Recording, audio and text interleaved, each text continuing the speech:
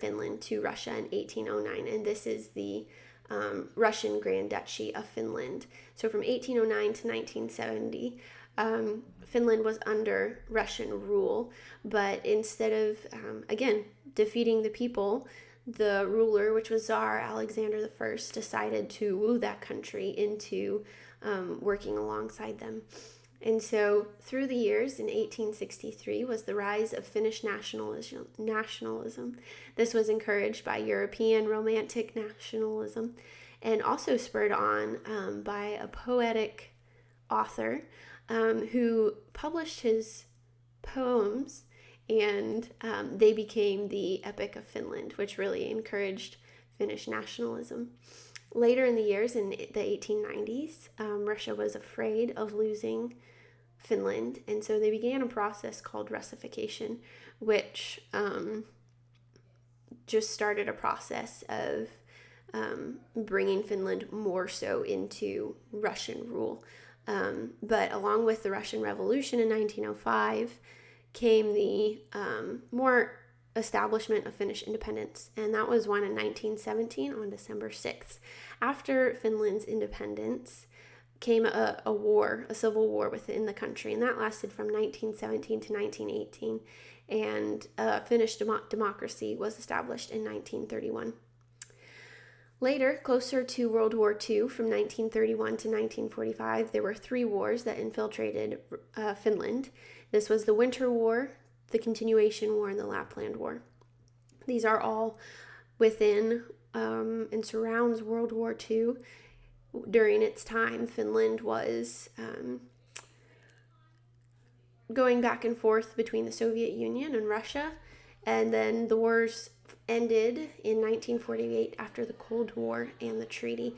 And the last era that we see up on the point is 1966 to 1981, which is the era of consensus, where a lot of peace treaties were made and Finland began joining a lot of the unions and started to create its own government. So here are some country leaders and influential individuals. So at first, the dual kingdom of Sweden and Finland. This was the Swedish government.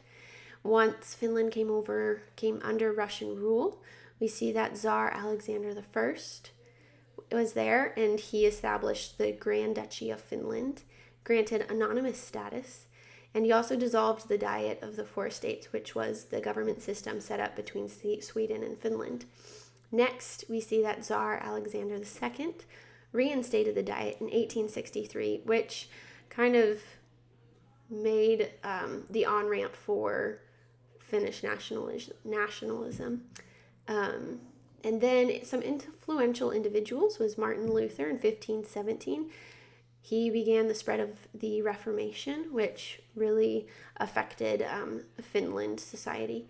And then Elias Lönnrot in 1835, he was the author of the Finnish folk poems titled the Kalevala, which sparked Finnish nationalism.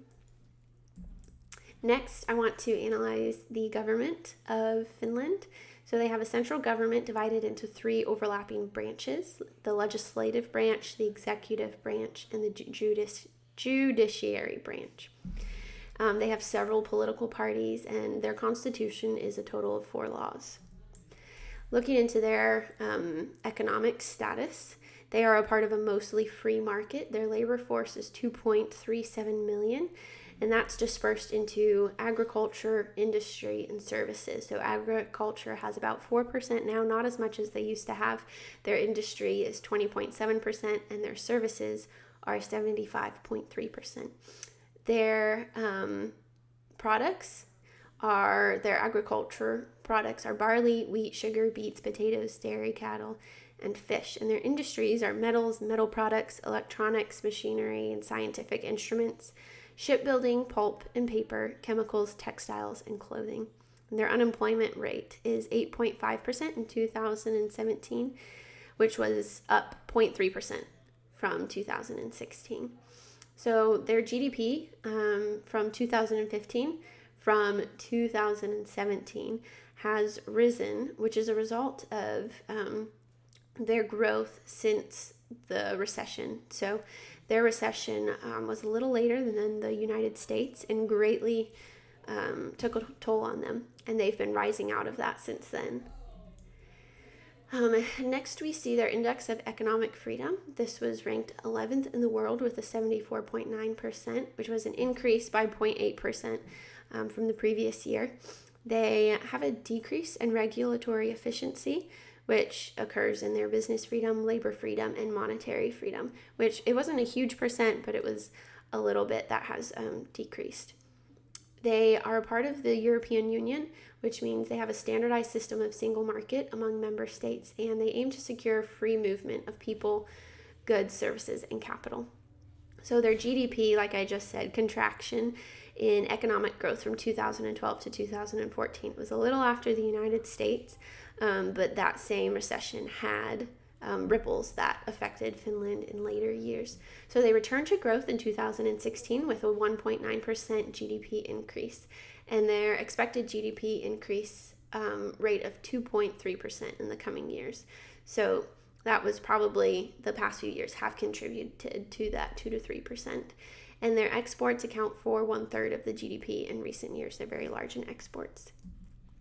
So I want to compare the philosophy of the Finnish government to biblical principles. As I said, on the right here, we see the negative role of government, the promoting good role of government, and the separate spheres of authority. So those are the principles that we're comparing to, and we'll see how they play out.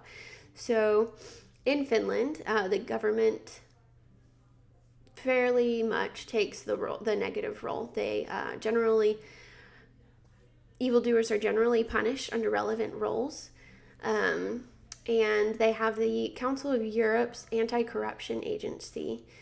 And that agency has been urging improvement on corruption prevention and detection. So as much as they've tried, and there's not a huge deal of corruption in Finland, but they're still trying to up their game on that. So next, I want to look at promoting good. In Finland, I'll just hit on a couple small points, but property rights, those are upheld, as in people are able to own, and they are, Finland is one of the highest ranked countries to start businesses, and so there's a good establishment for that.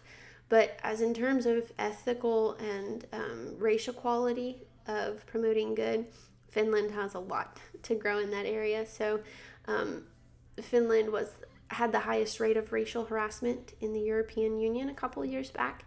And so in that term, they are not promoting good and not doing their role of loving people of all nations. And so lastly, at the philosophy of government, I want to look at spheres of authority. So political choices are free from domination from non-democratically accountable actors. So people are able to vote and make decisions without the just domination of democratic actors trying to get their way or threatening for votes. So, and then next I want to look about the religious freedom guaranteed and generally respected. So that in that right, there is separate spheres of authority. Next, I want to look at the independent judiciary, and that is, again, free of government intrusion.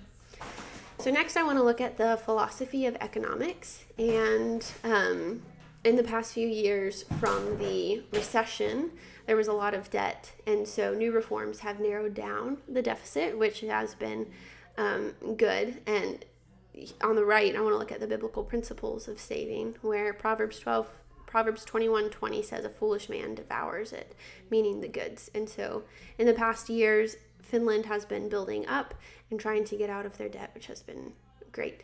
And that leads me to my next point, which is biblical principles of debt. Proverbs 22:7 says the borrower is the slave of the lender. So it's been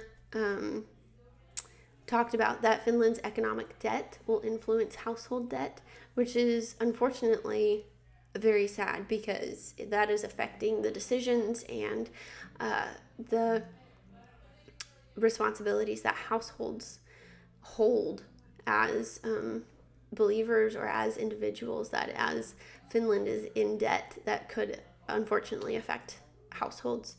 But they're also trying to reform the labor market to help with just reinforcing their economy.